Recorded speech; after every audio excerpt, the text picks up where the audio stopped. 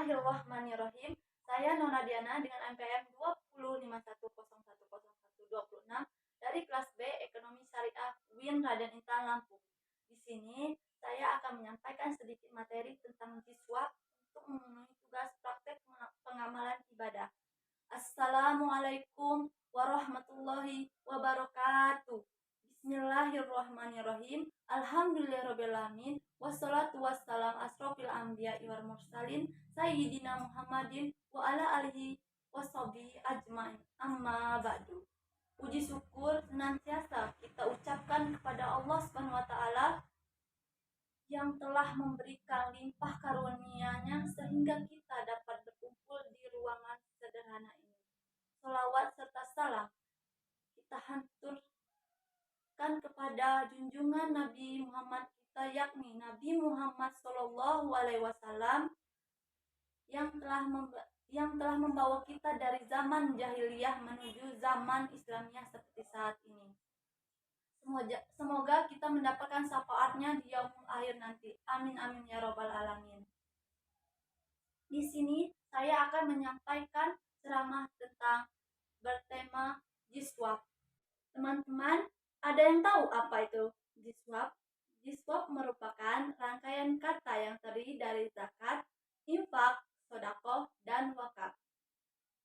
Zakat, infak, sedekah, dan wakaf adalah ibadah yang memiliki dua dimensi, yaitu ibadah sebagai bentuk ketaatan kepada Allah dan sebagai kewajiban berhubungan baik terhadap sesama manusia.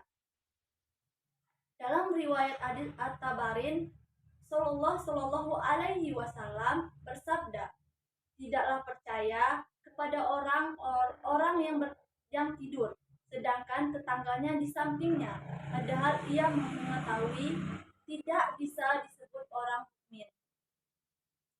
Apabila ia meninggalkan orang dalam keadaan lapar, namun dia dalam keadaan kenyang, maka berdasarkan hadis tersebut, kita akan tahu bahwa fitrah setiap orang itu saling membutuhkan satu sama lain.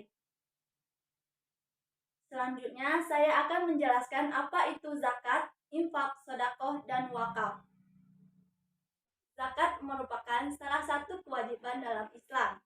Pengertian zakat sendiri berasal dari bahasa Arab, yakni zakah, yang artinya bersih, suci, subur, dan berkembang. Sebagai salah satu rukun Islam, zakat ditunaikan untuk memberikan kepada orang yang berhak menerimanya atau asnaf. Dalam Al-Quran, ada 8 golongan yang berhak menerima zakat, yaitu orang fakir, orang miskin, amil atau orang yang mengelola zakat, dan mu'alaf, hamba sahaja, orang yang berutang, dan sabilah, dan ibnu sabil. Sedangkan infak adalah mengeluarkan harta yang pokok. Infak berarti mengeluarkan sebagian dari harta atau pendapat atau penghasilan untuk suatu kepentingan yang diperintah oleh ajaran Islam. Infak berbeda dengan zakat. Infak tidak mengenal nisab atau jumlah harta yang ditentukan secara hukum. Infak tidak harus memberikan kepada mustahil tertentu, melainkan kepada siapapun secara sukarela.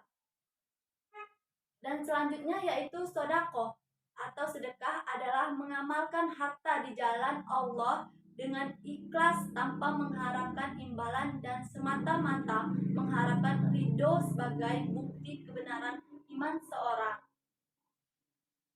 Sedekah memiliki makna mendewasakan atau menyisihkan orang di jalan Allah Subhanahu wa taala, memberikan sedekah kepada fakir miskin, kerabat, orang lain, dan diharapkan ridho Allah, maka akan mendapatkan pahala yang berlipat-lipat ganda baik di dunia maupun di akhirat.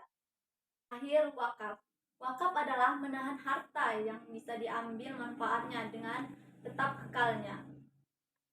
Zat harta itu sendiri dan mentasharufkan pemanfaatannya di jalan kebaikan dengan tujuan mendekatkan diri kepada Allah Subhanahu wa taala.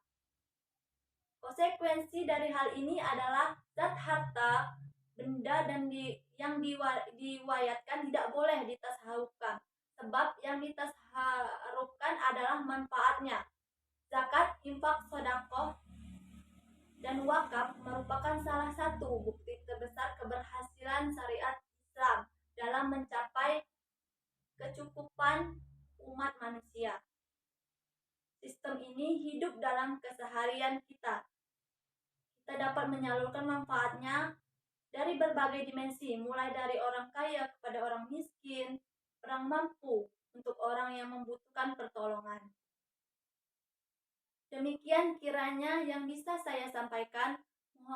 Semoga apa yang saya sampaikan bisa bermanfaat bagi kita semua. Apabila saya ada kesalahan kata dalam berucap, saya mohon maaf. Kepada Allah saya mohon ampun.